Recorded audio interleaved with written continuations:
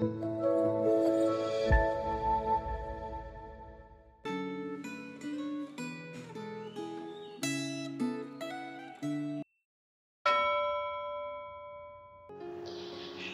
Bapak Ibu Saudara sekalian, mari kita meminta pertolongan Tuhan sebelum kita membaca dan merenungkan firman-Nya. Tuhan, terima kasih buat kesempatan kami boleh mendengarkan firman-Mu dan boleh merenungkannya. Mohon Tuhan menolong kami supaya kami mengerti dan kami mendapatkan berkat Tuhan pada hari ini. Di dalam nama Tuhan Yesus kami berdoa. Amin. Pembacaan Gemah kita sudah sampai kepada Kisah Para Rasul pasal 25.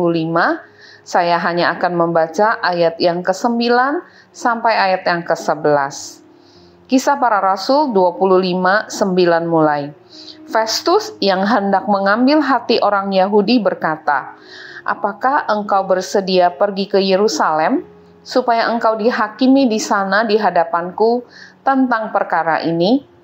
Namun, kata Paulus, "Aku sekarang berdiri di sini di hadapan pengadilan Kaisar, dan disinilah aku harus dihakimi.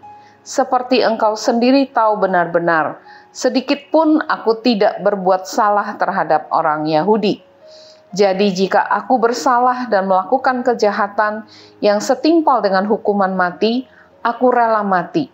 Tetapi jika apa yang mereka tuduhkan itu terhadap aku tidak benar, tidak ada seorang pun yang berhak menyerahkan aku kepada mereka. Aku naik banding kepada Kaisar." Judul renungan kita pada hari ini, Pimpinan Allah yang tidak terduga.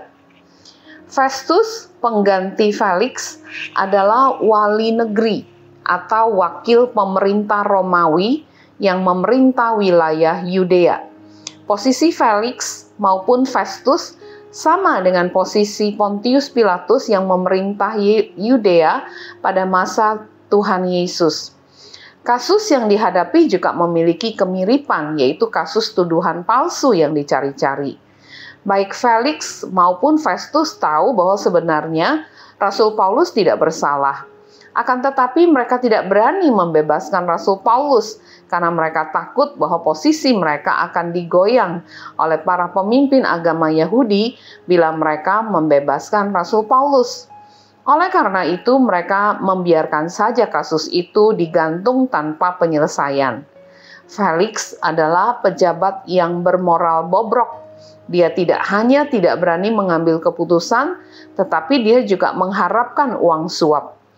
Karena Rasul Paulus tidak mau memberi uang suap, kasusnya dibiarkan begitu saja sampai 2 tahun tanpa keputusan apapun.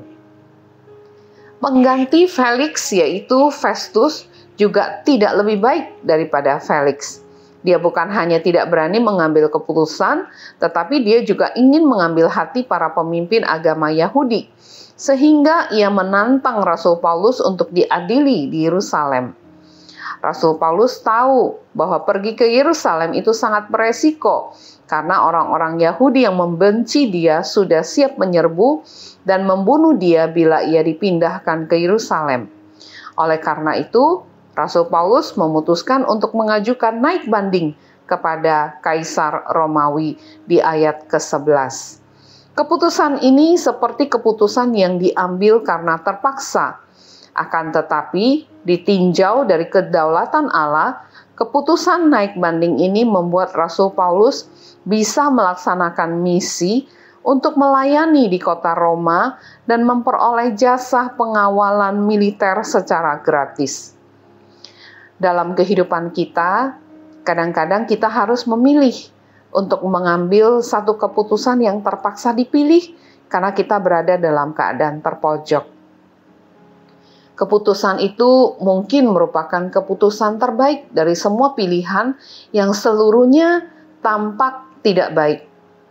Akan tetapi, Allah bisa memakai kondisi yang tampak tidak baik untuk menjadi kebaikan bagi diri kita.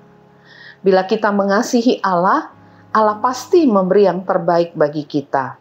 Walaupun jalan yang dipilih Allah belum tentu sesuai dengan keinginan atau idealisme kita. Apakah Anda pernah merasa terpaksa mengambil keputusan dalam keadaan terpojok? Tetapi ternyata Allah memiliki rencana yang indah bagi diri Anda yang tidak pernah terbayangkan sebelumnya. Saat Anda menghadapi keadaan yang amat sulit dalam kehidupan Anda, apakah Anda berani tetap meyakini bahwa Allah peduli terhadap diri Anda dan Allah akan memberi yang terbaik bagi diri Anda? Mari kita berdoa. Kadang di dalam hidup ini, kami berada di dalam situasi yang tidak kami inginkan, dan kami bingung mengambil keputusan. Tapi Tuhan, yakinkanlah diri kami bahwa Engkau adalah Allah yang berdaulat. Engkaulah Tuhan yang memimpin dan berdaulat atas hidup kami. Biarlah kami berani menyerahkan hidup kami ke dalam tangan-Mu dan memohon Tuhan, tuntun dan pimpinlah jalan kami. Di dalam nama Tuhan Yesus kami berdoa. Amin. Tuhan memberkati kita semua Bapak Ibu Saudara sekalian.